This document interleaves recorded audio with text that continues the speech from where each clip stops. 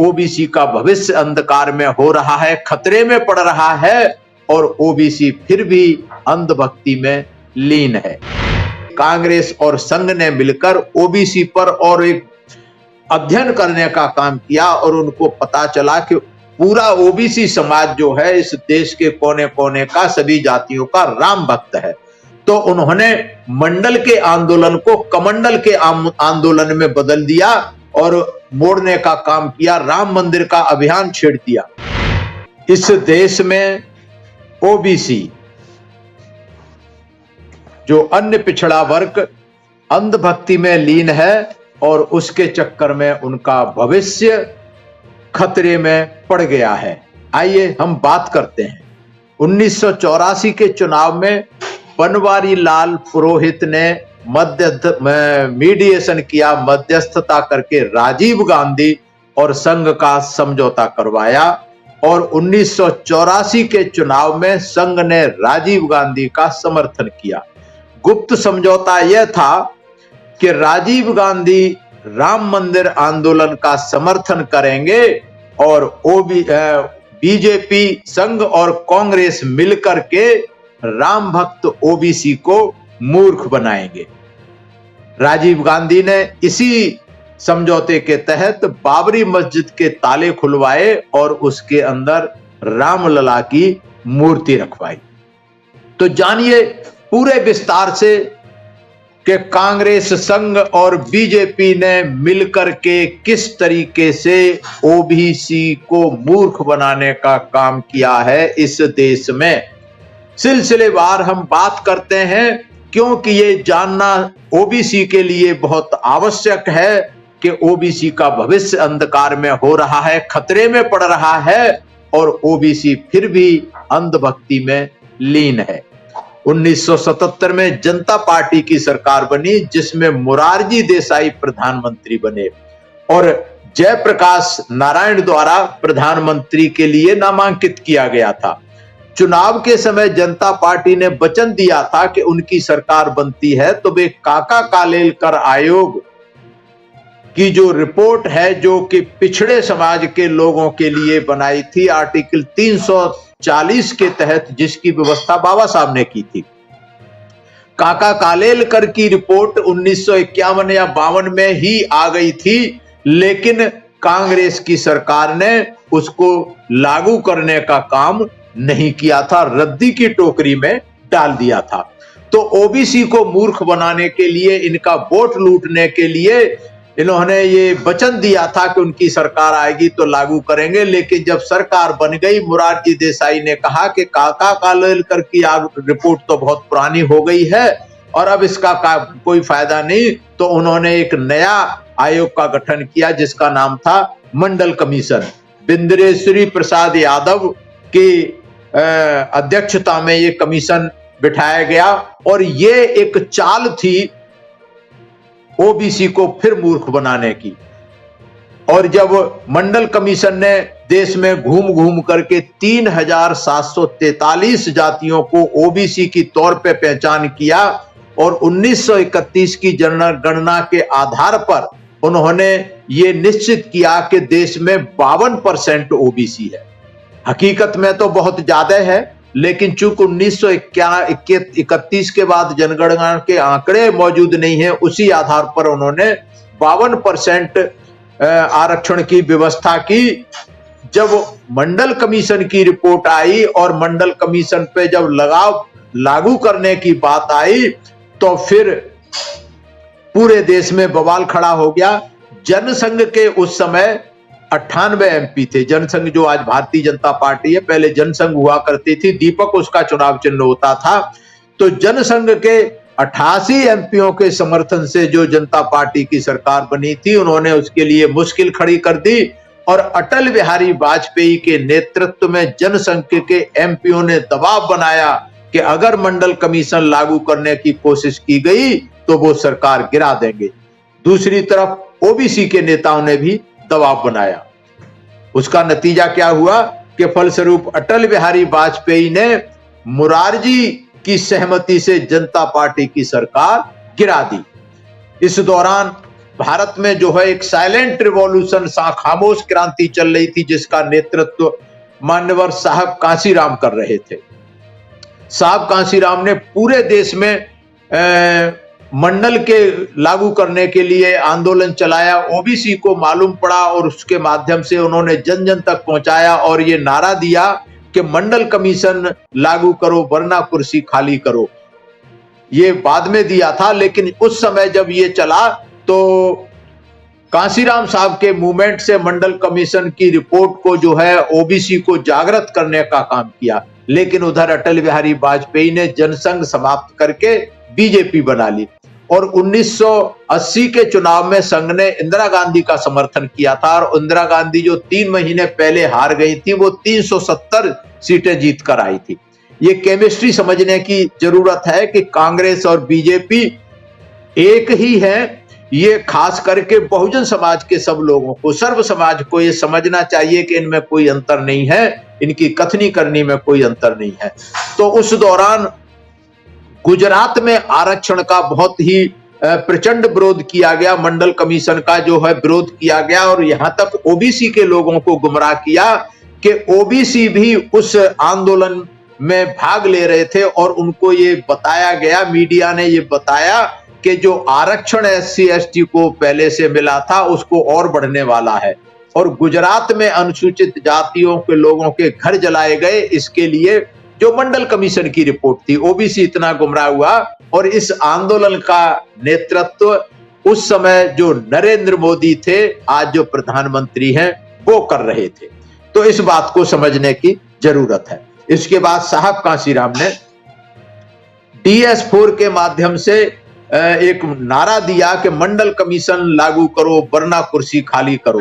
पूरे देश में नीली दीवारें नीली कर दी गई और ये नारा जो था किया गया।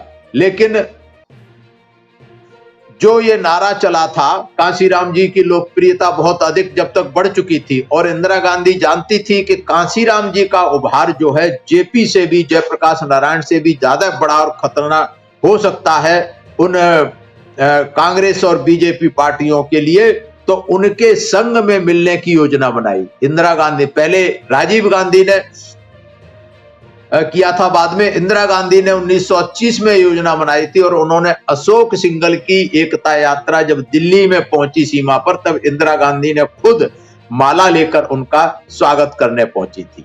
आरएसएस और कांग्रेस ने योजना बनाई फिर कि अब मंडल कमीशन आंदोलन को भटकाने के लिए हिंदुस्तान वर्सेस खालिस्तान का मामला खड़ा किया। हिंदुस्तान खालिस्तान जोर जोर से चला और उसको जो थी उसका समाप्ति हुई जाकर के ऑपरेशन ब्लू स्टार, जिसमें भिंडरवाले को मार दिया गया और उसकी अंत जो परिणति हुई, मंडल कमीशन के दबाव का जो षड्यंत्र बनाया था शासक वर्ग ने, इंदिरा गांधी को अपनी जान से हाथ धोना पड़ा। तो ये षड्यंत्र था शासक वर्ग का कि संकट खड़ा ना हो जाए। जब ये सारा मामला चलता रहा तो कांशीराम साहब ने मंडल कमीशन का मुद्दा फिर जोर शोर से उठाया। इसके परिणाम के कारण जैसे कर्पूरी ठाकुर, लालू मुलायम और इनका उभार हुआ, इस तरीके से कांशीराम साहब के अभियानों के कारण जागृति आई समाज में। और 1984 के चुनाव में जो मैंने बताया, इन्होंने राजीव गांधी ने समझौता किया बीजेपी के साथ में, फिर कांग्रेस और ओबीसी ने मिलकर के, क्योंकि अब ये समस्या पैदा हो गई कि अगर हम इनका विरोध करते हैं, ओबीसी का मंडल कमीशन का विरोध करते हैं, तो राजनीतिक नुकसान होगा और 52% के बल पर वो देश में ले लेंगे और अगर स्थायी सरकार बना रखी है तो फिर विरोध करें तो खतरा, समर्थन करें तो खतरा, करें तो क्या करें। इसके लिए कांग्रेस और संघ ने मिलकर ओबीसी पर और एक अध्ययन करने का काम किया और उनको पता चला कि पूरा ओबीसी समाज जो है इस देश के कोने कोने का, सभी जातियों का राम भक्त है। तो उन्होंने मंडल के आंदोलन को कमंडल के आंदोलन में बदल दिया और मोड़ने का काम किया। राम मंदिर का अभियान छेड़ दिया और बजरंग दल का राष्ट्रीय अध्यक्ष ओबीसी को बनाया गया। और उस समय कल्याण सिंह रितंबरा, उमा भारती, गोविंदाचार्य, बहुत सारे ऐसे लोग थे जिनको मूर्ख बनाकर ओबीसी का, और संघ ने उनको सेनापति बनाने का काम किया, आगे बढ़ाने का काम किया। और जिस प्रकार से हजारों सालों से ये पिछड़े विभीषण पैदा करते रहे, इस बार भी उन्होंने ऐसा ही किया। और इन ओबीसी के नेताओं ने समाज को गुमराह करके, समाज का सौदा करके इनका साथ दिया। तो इस तरीके से ये चलता रहा। लेकिन जब बीपी सिंह का जन मोर्चा बना 1989 के चुनाव में, तो उत्तर भारत में कांसीराम साहब पूरे नायक बनकर के उभरे और उन्होंने कई जगह पर चुनाव जीतने का काम किया। तो जो राजीव गांधी पहले प्रधानमंत्री होते थे, उनको 413 से जो था 196 पर लाकर उनको सड़क का नेता बना दिया, रोड मास्टर कांसीराम साहब ने बना दिया। चौधरी देवीलाल उस समय प्रधानमंत्री पद के दावेदार थे, लेकिन चौधरी देवीलाल को ही माला थमा दी गई कि आप प्रधानमंत्री चुने, और उन्होंने बीपी सिंह को प्रधानमंत्री चुना। उस समय कांसीराम साहब के साथ बीएसपी के 3 मेंबर पार्लियामेंट थे, और उन्होंने जो था दबाव बनाया। चौधरी देवीलाल जो है कांसीराम साहब के संपर्क में आए, और कांसीराम साहब की पूरी कहानी जब देवीलाल ने सुनाई, तो कांसीराम ने कहा कि जनता ने आपको लीडर बनाया, पर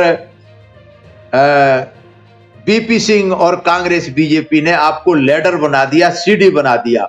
तो इसलिए जब कांसीराम देवीलाल की मंच पे, वो देवीलाल ने रैली की, उस समय कांसीराम साहब उनके मंच पे गए, और ठाकुर बीपी सिंह जो प्रधानमंत्री थे, उनकी कुर्सी हिलने लगी। तो ये एक लंबी कहानी है, फिर बताएंगे। तो बीपी सिंह ने दबाव में आकर आनन फानन में मंडल कमीशन लागू करने की घोषणा कर दी, और जब मंडल कमीशन लागू करने की घोषणा कर दी, तो पूरा देश जो था, पूरे देश में बवाल पैदा कर दिया। और जो मिस्टर क्लीन राजीव गांधी होते थे, जो बाद में वो फर्श तोपे में मिस्टर करप्ट बन गए, उन्होंने संसद में 4 घंटे तक मंडल कमीशन का रिपोर्ट किया था। इन्होंने विरोध में भाषण दिया था। जो पहले 10 मिनट ठीक से नहीं बोल सकते थे, 4 घंटे उन्होंने पानी पी पी करके मंडल कमीशन का विरोध करने का काम किया। उधर मंडल कमीशन के विरोध में सुप्रीम कोर्ट के बहुत सारे 50 जो वकील थे, वो सब इसके विरोध में पहुंच गए। और उस समय लालू यादव, मुलायम सिंह वकीलों के पास गए, उन्होंने मना कर दिया इनके मुकदमे लड़ने के, क्योंकि सारे वकील ब्राह्मण बनिया थे, उन्होंने मना कर दिया। तो सुप्रीम कोर्ट ने 4 फैसले दिए। केवल 1800 जातियों को ओबीसी माना, और 52% को 52% देने की बजाय 27% आरक्षण दिया। और आरक्षण उन्होंने प्रमोशन में लागू नहीं किया, और क्रीमी लेयर का अपनी तरफ से लगा दिया कि भाई 1 लाख की सीलिंग कर दी, जबकि ईवीएस को, इकोनॉमिकली वीकर सेक्शन को जो रिजर्वेशन दिया है, उसकी उस पे 8 लाख है उसकी लिमिट, लेकिन ओबीसी को 1 लाख कर दी गई थी। तो इस तरीके से संघ ने, बीजेपी ने, कांग्रेस ने, सुप्रीम कोर्ट ने मिलकर के ओबीसी का सत्यानाश करने का काम किया। मंडल कमीशन की जो रिपोर्ट थी, उसको आधा अधूरा लागू करने का काम किया। तो इसलिए, लेकिन बाद में भी जब साहब कांसीराम ने अपना संघर्ष शुरू किया, बहुजन समाज पार्टी बना ली, तो उसके बाद फिर इन सत्ता रूढ़ जो है कांग्रेस और बीजेपी ने हर राज्यों में ओबीसी मुख्यमंत्री बनाने शुरू कर दिए, ताकि ओबीसी का जो जुड़ाव है बहुजन समाज पार्टी कांसीराम साहब के पास ना हो सके। लेकिन जितने ओबीसी बनाए, वो सब चमचे थे और गुलाम थे, उनकी अपनी कोई आवाज नहीं थी। वो उन्हीं की विचारधारा पे चलने को मजबूर हुए। और इसीलिए आडवाणी ने जब रथ यात्रा निकाली, तो नरेंद्र मोदी उनके हनुमान बने। और 6 दिसंबर 1992 को बाबरी मस्जिद गिरा दी गई।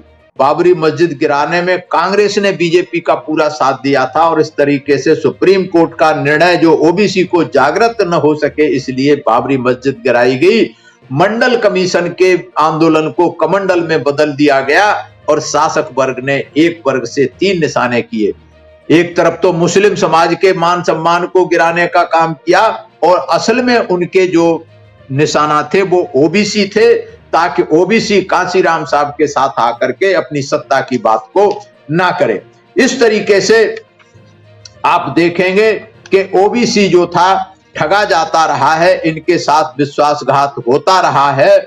इस तरीके से 1996 में फिर कांग्रेस हार गई और 2-3 अल्पमत वाली सरकारें बनी। इसके बाद सबसे महत्वपूर्ण सरकार बनी एचडी देवगौड़ा की, जो ओबीसी की सरकार कहते हैं, जिसके कैबिनेट मंत्री में एक भी ब्राह्मण नहीं था। तो आजाद भारत के इतिहास में पहली बार ऐसा हुआ कि किसी प्रधानमंत्री के कैबिनेट में एक भी ब्राह्मण नहीं था। इस सरकार ने बहुत ही क्रांतिकारी फैसले लिए। वह फैसला था ओबीसी की गिनती कराने का, जो मंडल कमीशन की दूसरी योजना थी, लेकिन बाद में देवगौड़ा की सरकार गिरा दी इन तथाकथित विरोधियों ने, और ओबीसी का जो थोड़ा बहुत काम होना था वो फिर ध्वस्त हो गया। और उसके बाद भी ओबीसी भारी तादाद में गुमराह होता रहा। उन्होंने बीजेपी की सरकार केंद्र में बनवाई, बीजेपी की सरकार उत्तर प्रदेश में बनवाई, और बहुत सारे प्रदेशों में जो सरकार बनी उसमें बीजेपी ने ओबीसी के लोगों को मूर्ख बनाकर, इनके नेताओं को जो है चमचा और गद्दार बनाकर ओबीसी के वोट को लूट लिया है और उनसे इनकी सरकार बनाई। लेकिन इस सभी के इतिहास में देख लें, ओबीसी को इन्होंने दिया कुछ नहीं, केवल उनके वोट लेकर के उनको मूर्ख बनाने का काम किया है। लेकिन फिर भी ओबीसी अंधभक्ति में लीन है बीजेपी की और राम की। तो ओबीसी के बुद्धिजीवियों को यह सोचना है कि उनके आगे आने वाली संतानों का भविष्य ठीक हो सके, उनका भविष्य ठीक हो सके, वो मान सम्मान स्वाभिमान के साथ जी सकें। और जो सबसे ताजा उदाहरण है राम मंदिर का, जिसमें ओबीसी ने पूरी भूमिका निभाई थी, वो बाबरी मस्जिद को गिराने में, आंदोलन को चलाने में। लेकिन जब मंदिर बनने की बात आई और मंदिर में जो ट्रस्ट बनाया गया, उस ट्रस्ट में एक भी ओबीसी को शामिल नहीं किया गया। और यहां तक कि जब राम मंदिर के बनाने का शिलान्यास हुआ, उस समय किसी भी ओबीसी नेता को पास तक नहीं फटकने दिया। तो अब चिंतन मनन ओबीसी को करना है कि कितना फर्क है कथनी करनी में बीजेपी की, और क्या मिला क्या खोया ओबीसी ने अंधभक्ति में। मेरा निवेदन है कि ओबीसी के नेता, उनके चिंतक, उनके बुद्धिजीवी इस बात पर चिंतन मनन करें और सोच करके उत्तर प्रदेश में जो चुनाव चल रहा है उसमें अपने भागीदारी सोच समझ करके अपने बच्चों के भविष्य के लिए, आने वाली पीढ़ियों के भविष्य के लिए सोचना जरूर शुरू करें, चिंतन मनन अवश्य करें। अगर आपने अभी तक हमारा चैनल सब्सक्राइब नहीं किया है तो सब्सक्राइब करें और घंटी का बटन बिल्कुल भी दबाना ना भूलें, ताकि सभी लेटेस्ट खबरें पहुंच सकें आप पे सबसे पहले।